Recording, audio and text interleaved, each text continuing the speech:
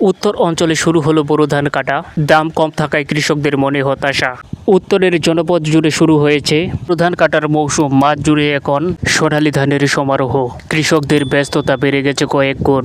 সকাল থেকে সন্ধ্যা পর্যন্ত চলছে ধান কাটা, মাড়াই ও ঘরে তোলার কাজ। কিন্তু এই আনন্দের মাঝেও কৃষকদের মনে ভর করেছে হতাশা।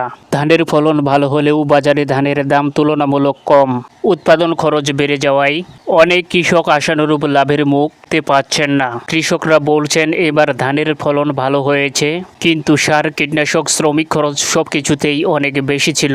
এখন যে ধানের দাম, তাতে খরচ উঠানোই কষ্টকর হয়ে যাচ্ছে। রংপুর, দিনাজপুর, ঠাকুরগাঁও, পঞ্চগড় সহ উত্তর অঞ্চলের বিভিন্ন জেলার কৃষকরা এখন ধান কাটায় ব্যস্ত।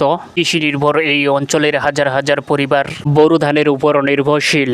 কৃষকদের দাবি, উৎপাদন খরচ অনুযায়ী ধানের ন্যায্য মূল্য নিশ্চিত না করা হলে তারা বড় ধরনের আর্থিক সংকটে পড়বেন। আরেকজন কৃষক বলছেন, মাসের পর মাস পরিশ্রম করে ধান ফলিয়েছি, কিন্তু বাজারে ধানের দাম কম। সরকার যদি সরাসরি কৃষকদের কাছ থেকে ধান কিনত, তাহলে আমরা কিছুটা উপকৃত হতাম। কৃষি বিশেষজ্ঞরা বলছেন, কৃষকদের স্বার্থ রক্ষায় বাজার ব্যবস্থাপনা আরও শক্তিশালী করা দরকার।